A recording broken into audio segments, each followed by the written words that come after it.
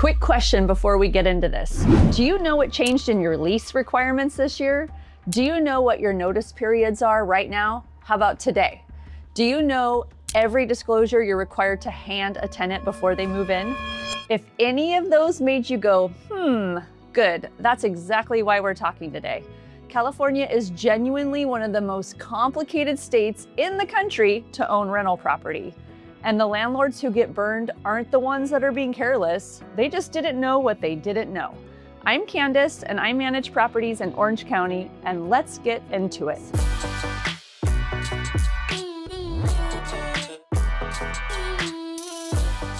Okay, so most states have landlord-tenant law that's pretty straightforward. California does not do that. You've got statewide rent control under AB 1482. You've got just cause eviction requirements that are some of the strictest in the country. Rules about how much you can raise rent, when you can raise rent, what counts as a valid reason to end a tenancy, and how much notice you have to give. And those numbers have changed. So at the top of it all, every city can layer on their own additional rules. So example, Anaheim is different from Santa Ana, is different from Long Beach. The state sets a minimum and cities can go higher. It creates this patchwork that's honestly hard to keep up with even when you're paying attention. 3 California landlord rules that changed recently and most people still don't know. Okay, 3 things that catch landlords off guard all the time. 1, notice periods for rent increases. Depending on how long your tenant has lived there, you may need to give a 30, 60, or 90-day notice. And not knowing which one applies to you can invalidate the whole notice. 2, just cause eviction. If your property is covered under AB 1482, you can't just decide not to renew someone's lease. You need a different qualifying reason.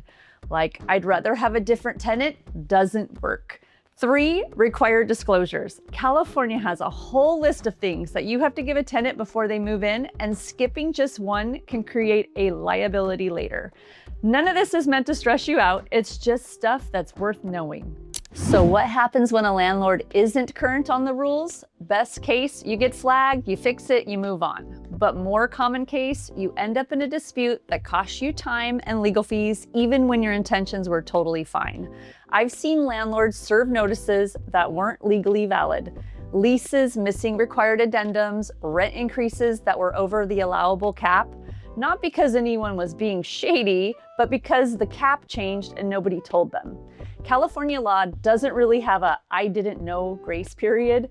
It applies regardless. 1 missing page in the lease file almost derailed an entire tenancy. Here's the story. There's a required California addendum called the mold and ventilation disclosure. It's 1 page, has to be signed before a tenant takes possession. Seems minor, right? But a landlord I'm thinking of, a great landlord, smooth tenancy for years, had a dispute come up. Nothing catastrophic, but in the process of going back through the file, that missing addendum became part of the conversation. Something that should have been resolved quickly turned into months of back and forth.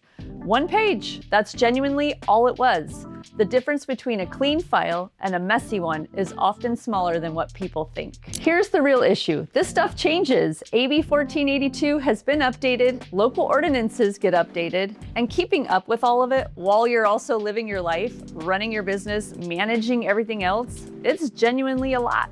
So a lot of landlords are making decisions based on information that's maybe 2 or 3 years old. They learned it once, they felt confident, and then the rules moved. That's not a character flaw. It's just what happens when something changes faster than what most people track casually. California landlord law changed again. The one thing to check right now. If your property was built before 1978, you know about the lead-based paint disclosure. But do you know about the recent updates to how that has to be handled in a digital lease? What about the Tenant Protection Act? Do you know exactly what properties are covered and which are exempt?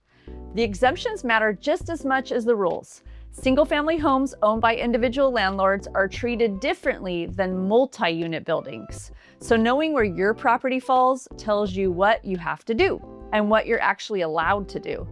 If the lease documents haven't been reviewed in the last 12 months, that is probably worth doing. When I talk to landlords about compliance, they think the goal is surviving a dispute, but the actual goal is having a file so clean that disputes don't really get legs. Current lease, complete disclosures, properly served notices, good records. That's not defensive, that's just how professional operations run. And honestly, when everything is clear from the start, tenant relationships are easier too. Clear expectations, clear policies, clear process. Clarity is actually one of the best tools for a smooth tenancy.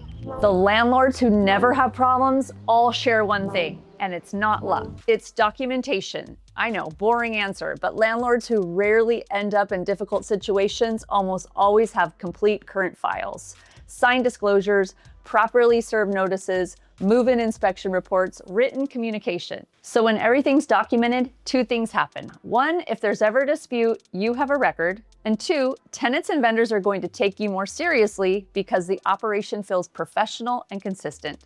Documentation isn't just a legal protection, it's how you run this like a business. You don't need to know every California landlord law, just know this. You need to know what category your property falls into. Is it covered under AB 1482? Is it subject to local rent control? Is it a single family home, a condo, a multi-unit building? These three questions drive almost everything else about what rules apply to you. So if you're not sure, that's exactly what the most important decision is for you to figure out. Because making decisions without knowing which framework you're in is where most compliance issues start. Not from bad intentions, just from missing context. So if you're uncertain where your property falls, that's worth a conversation. It's simple to start out, and it saves a lot of complexity down the road. California takes tenant protections seriously, and as landlords, our job is to work within that system in a way that's professional and consistent. The landlords who do well at that aren't the ones who never make mistakes. They're the ones with systems that catch the mistakes early. If this raised any questions for you about your situation, your lease, your disclosures, your notices, I am happy to be a resource. That's what I'm here for. See you in the next one.